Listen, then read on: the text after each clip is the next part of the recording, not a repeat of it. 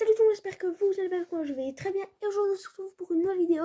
Ça va être le troisième épisode de la petite série, on va dire, sur les états de la matière que vous ne connaissez peut-être pas. Donc aujourd'hui on va parler des matériaux supraconducteurs, la supraconductivité.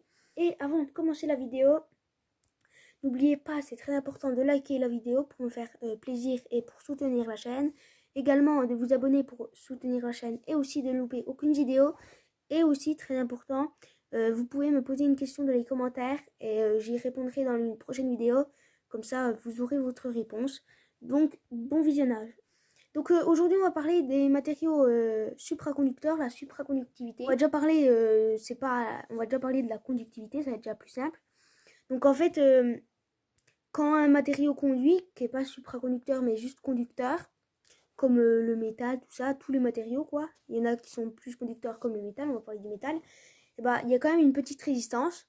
Donc il y a un peu d'électricité qui est perdue, qui se met en chaleur.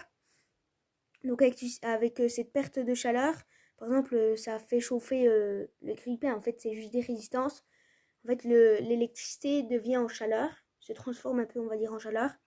Du coup, cette chaleur, elle chauffe le grille-pain, ça vient au même. Sauf que là, c'est plus minime, parce que le chaleur, c'est des gros chaleurs. Le grille-pain, c'est des gros chaleurs, alors que dans l'effet électrique, c'est minimisé. Mais ça fait la perte de quand même 10% d'électricité sur le réseau de la France. Donc, c'est déjà beaucoup. Donc, on va déjà parler dans le microscopique. Donc, déjà, on va parler des atomes. Donc, les atomes, en fait, c'est constitué d'un noyau avec des électrons qui tournent autour. Donc c'est assez connu l'image d'un atome. Et les électrons, en fait, ils sont chargés négativement et les noyaux positivement.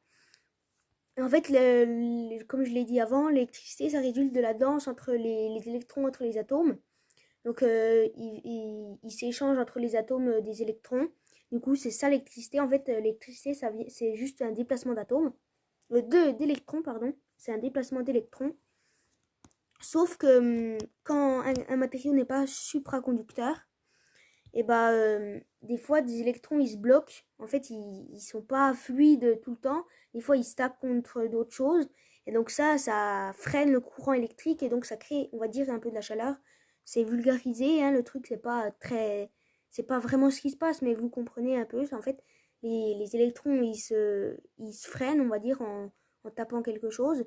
Et du coup, bah, ça crée de la chaleur. Après, quand ce matériau, par exemple le métal, on le refroidit, pas on le chauffe, attention, là on va rentrer demain aussi on va parler quand ça va être froid, alors qu'avant on parlait quand c'était chaud.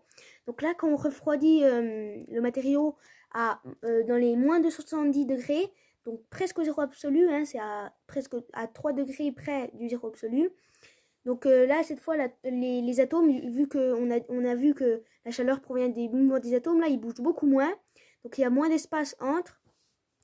Et donc les électrons, ils se déplacent par paires, on appelle la paire de Cooper. Et toutes les paires vont se rejoindre pour former une onde complète. Donc cette onde complète, on appelle l'onde collective. Donc il y a tellement d'impuretés dans le matériau, il y a tellement d'impuretés, les atomes, il y a tellement de peu d'espace et d'impuretés que l'onde collective, on va dire, tous les électrons en onde là, ça subit plus aucun frottement. Et donc c'est comme ça que devient un matériau supraconducteur. L'électricité passe sans aucun problème. On peut utiliser ça, par exemple, il y a aussi un truc assez spécial avec la supraconductivité.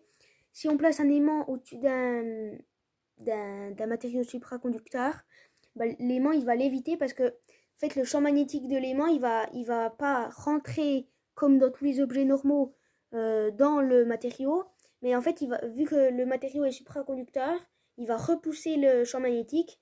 Et du coup, il est obligé de se léviter pour pas que le champ magnétique tape le matériau. Je sais, c'est peut-être pas très clair, mais en tout cas, on peut faire léviter des objets avec des matériaux supraconducteurs. Donc je pourrais mettre une photo d'un aimant qui lévite. Donc voilà, c'était pour vous expliquer l'état de la supraconductivité. Donc j'espère que cette vidéo vous plaira, vous a plu. On se retrouve donc demain pour une prochaine vidéo en expliquant un nouveau état de la matière.